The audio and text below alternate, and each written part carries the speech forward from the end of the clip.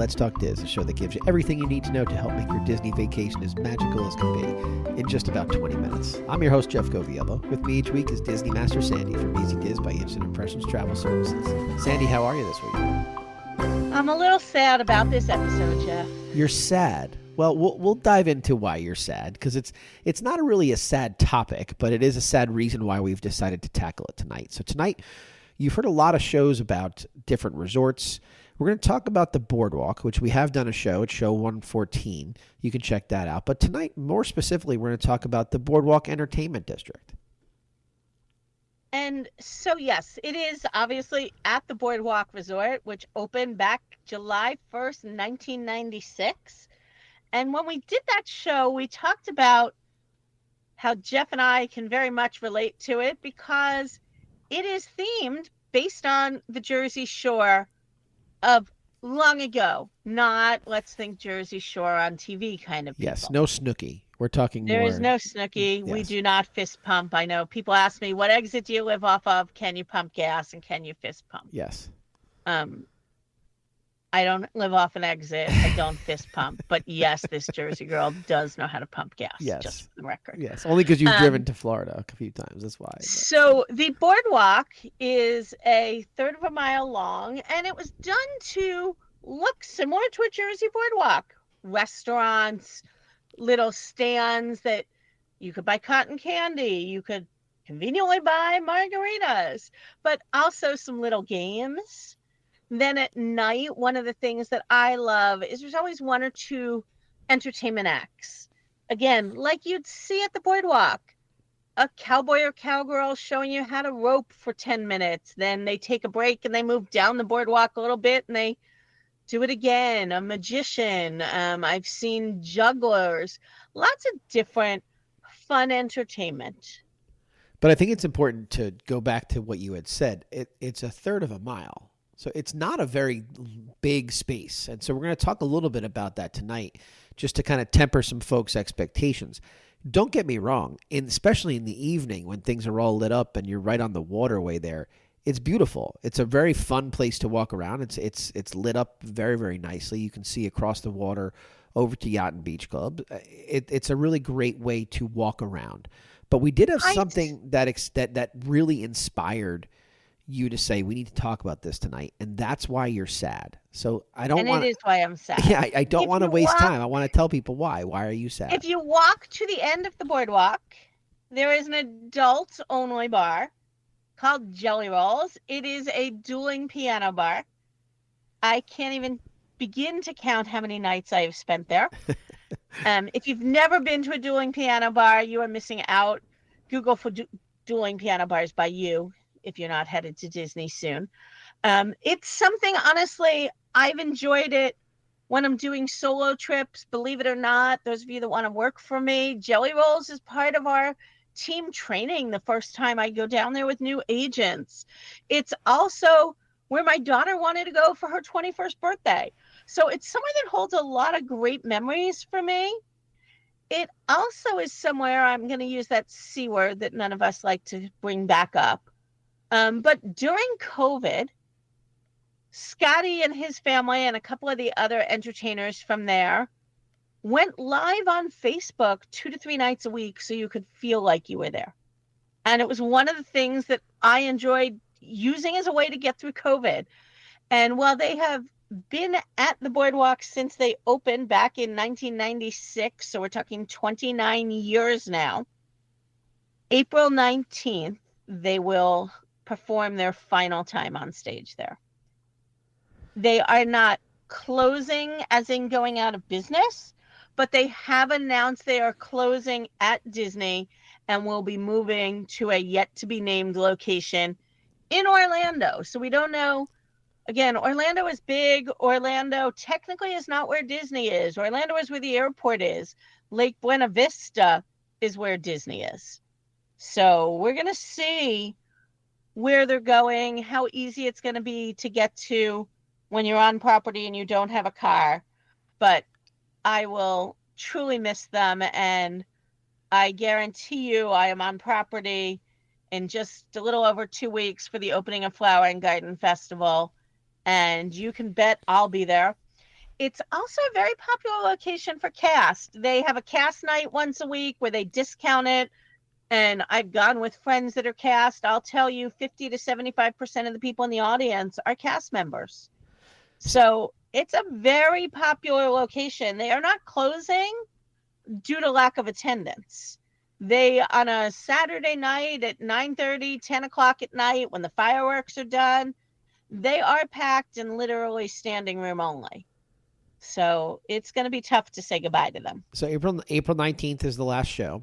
But I do think that while it is sad, it is one of those things that kind of leads organically into our conversations, because I can remember going as a child over to Boardwalk and dipping my hand in ice water and then dipping it in hot wax and making a candle out of my hand.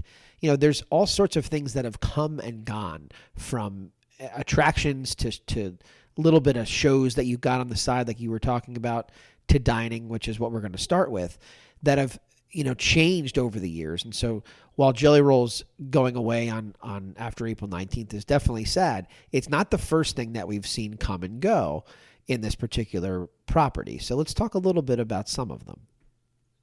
It is far from the only thing. I think we should start with the true shout out to Flying Fish, who has been the survivor. Yeah, the mainstay. They began there. They are still there. They've obviously, like everything on Disney, they've redone their menu many times. They've refurbished the restaurant top to bottom, so it doesn't look like it looked opening day. But it's really the only thing in that Boardwalk location that has survived the whole time.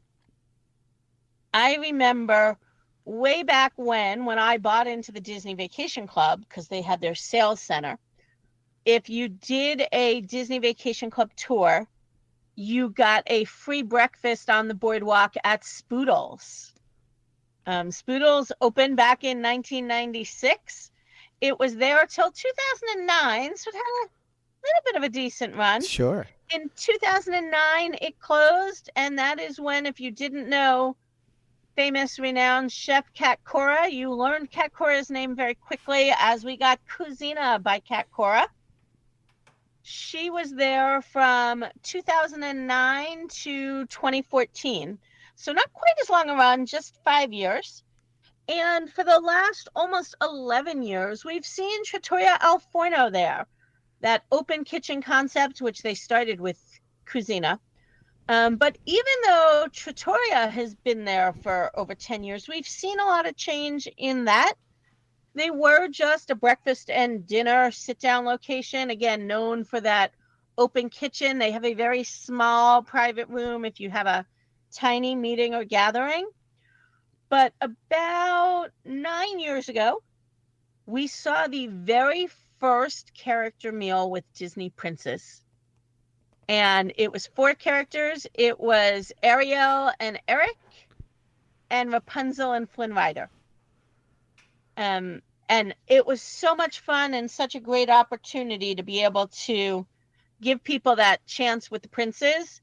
Sadly, the princes obviously went away when the restaurant closed for COVID, and we have yet to see them return. So send in your email to guestservices@disney.com. Let them know we need them back. Let them know we need them back. But just that one location alone right there that you went through from 96 to now, like to have that many iterations is significant. And equally significant was Seashore Treats. There was a candy store on the Boardwalk. You could get Jersey taffy and all those kind of treats that you might buy on your summer vacation. Right. That was an opening place. Again, that was almost like a Disney gift shop, but it focused on candy and sweets. Right. And for folks that live where we live, like that's what you saw on the Boardwalk forever. Exactly what you saw. That Jersey taffy real. Everywhere. Right. Including good old Newark Airport, because that is our staple that we export. Sure. So that was 1996 to 2016, a long 20-year run, followed by a short, sad 4-year run of Ample Hill. If you aren't familiar with Ample Hill Ice Cream, they are a chain. They make phenomenal ice cream. They gave a lot of good ice cream places on property a run for their money, but Sadly, they ended their lease with Disney back in 2020. And after COVID, it reopened as Boardwalk Ice Cream. So it is still an ice cream shop, but whole different brand of ice cream. Again, on a hot summer day, ice cream on the boardwalk is where it's all at. But I miss Ample Hill. So 3 reiterations right in that place as well. But that's not it. That's not all. There's plenty more of these restaurants that That's we've not seen. all. Yes. We have one mystery item at the moment. Yeah. Big River Grill. Again, an outside company owns Big River Grill. It was a great bar, a staple on the boardwalk, little brewery, a microbrewery. You could see all the workings of it there. That was there for over 20 years. It did close abruptly, I will say. I agree, employees walked in and found out they were closing today, Yep. kind of deal, Yep. last year. We have not heard any credible rumors of what is replacing that. So we are still waiting. I'm sure it will be a restaurant.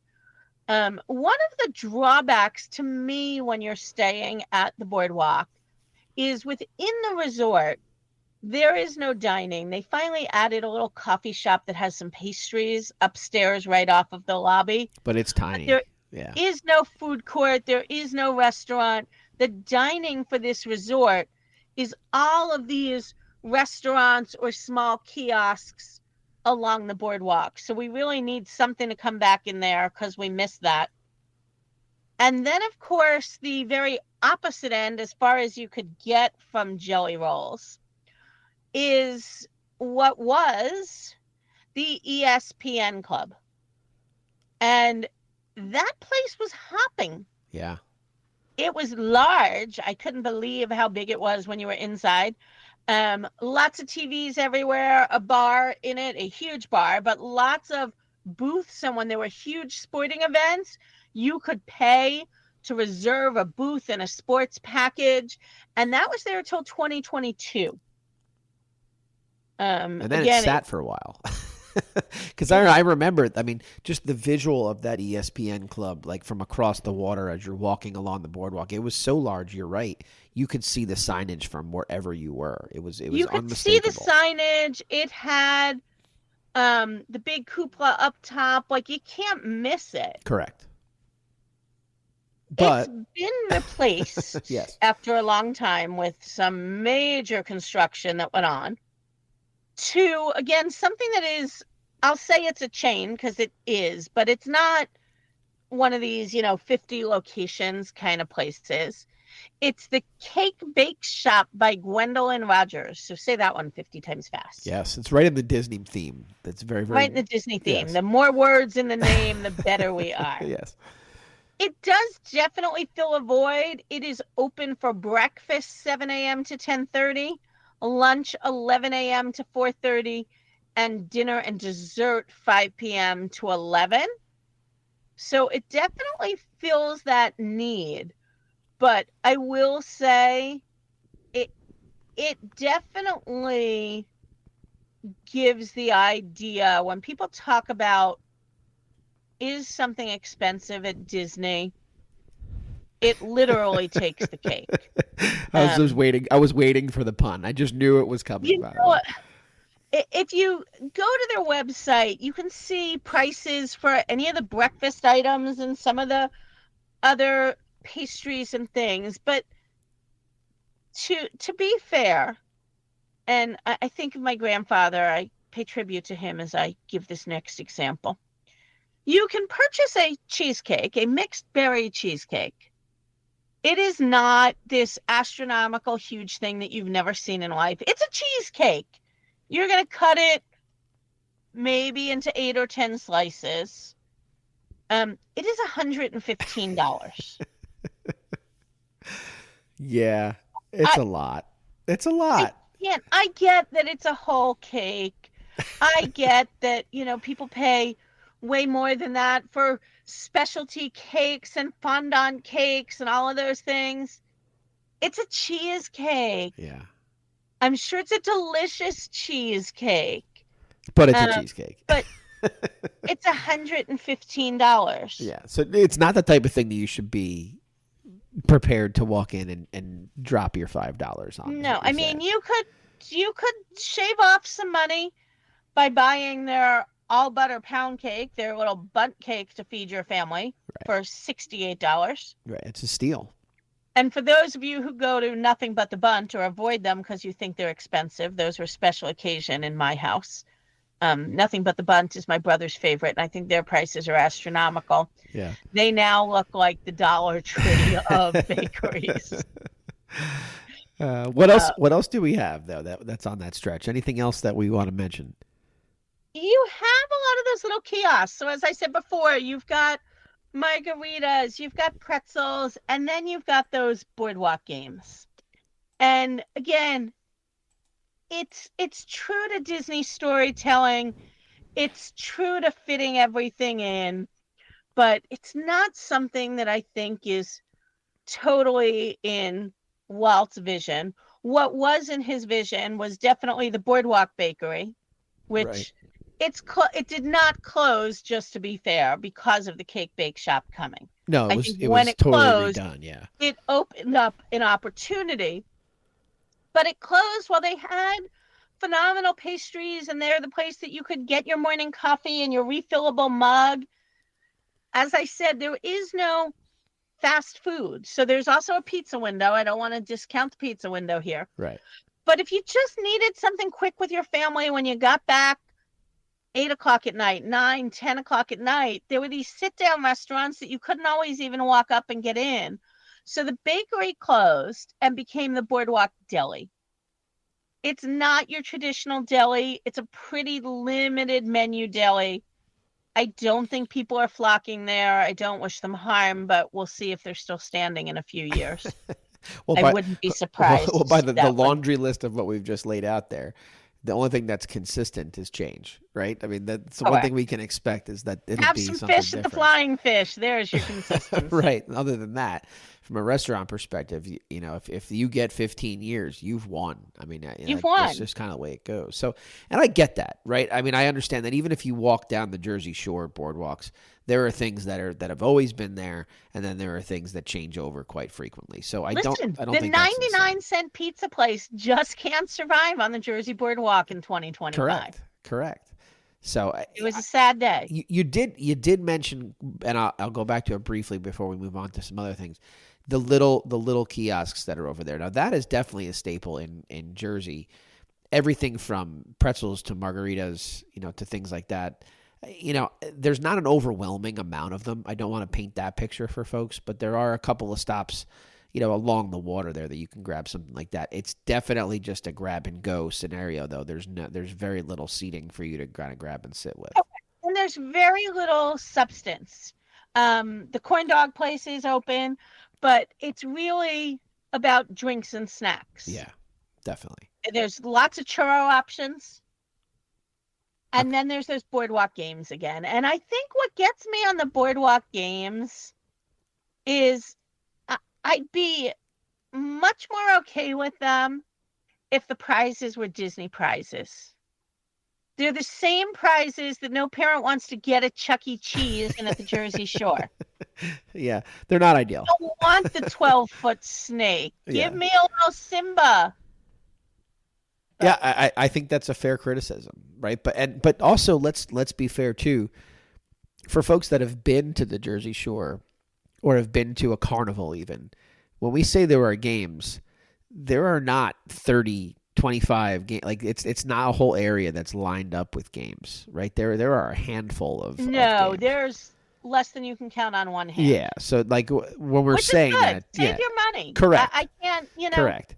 But I think just smack the frog, throw the basketball. But I think it's worth mentioning though, Sandy, because some people are under the impression that they can go and they can spend 4 hours just walking around on the boardwalk. It's not Disney Springs, right? It's not. And I do hear from clients all the time, I want to make sure I spend a night or two on the boardwalk, not at the hotel, but on the boardwalk. And I do talk to them about it more, again, to set expectations. Is the juggler great? Is the magician great? Weekends, there's always 2 different entertainers, and they usually each have 2 different sets. Right. But, you know, one of the things that we talk a lot about is getting around at Disney. And I think in some ways, That's where the boardwalk lets you down, because it gets pretty busy there. You can walk from Epcot to the boardwalk. So the fireworks end, it's 9:28 at night. You can walk out the back. You don't have to end the night. It's a beautiful walk if the weather is right. As you said, stroll along the lake in the moonlight. Maybe you're seeing the lights on the boardwalk. Maybe you're hearing some music. But now, if you're not staying there, and maybe you get, whether you get an ice cream or a coffee or a churro, maybe you do play one of these games. Now, let's say it's 10:30, 11 o'clock.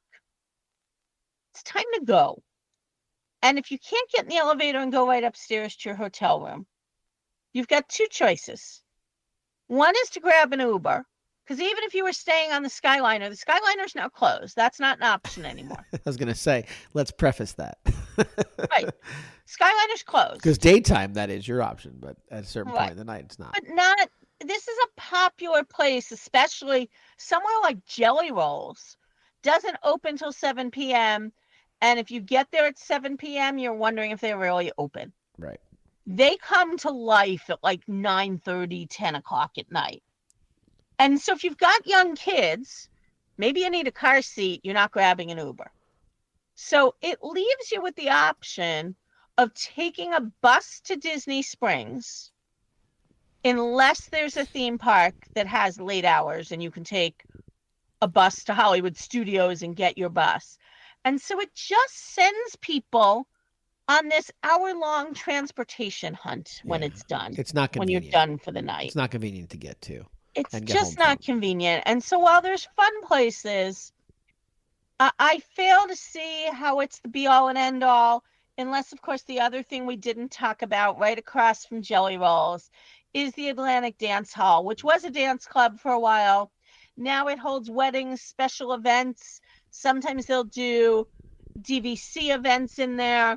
But again, you can't get home. So while I love staying at the Boardwalk area, because I'm all for being able to walk in and out of Epcot, I wish the future of the Boardwalk Entertainment District the best, but losing my Jelly Rolls is going to be hard, and we'll see what the future of the Boardwalk holds. Well, I think that's it, right? As we talked about the past and then what it transitioned to and then what it is now and maybe what it'll be in the future.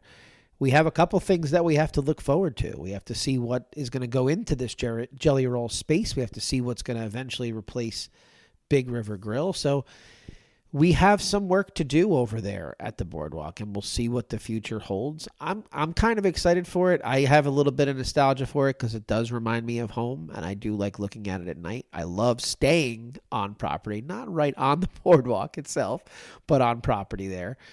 So I'm excited to see what the future holds. I think there's a couple of shows in our future as to what replaces these types of things. Without a doubt. Well, I appreciate the time. I hope you have a great week this week. You as well. And that's a wrap this week on Let's Talk Dis. If anyone you know could benefit from this or any show, please share, have them like and subscribe. And don't forget to reach out to the folks at Easy Dis by Instant Impressions Travel Services for any Disney destination planning. Make it a great week. And as always, keep making memories.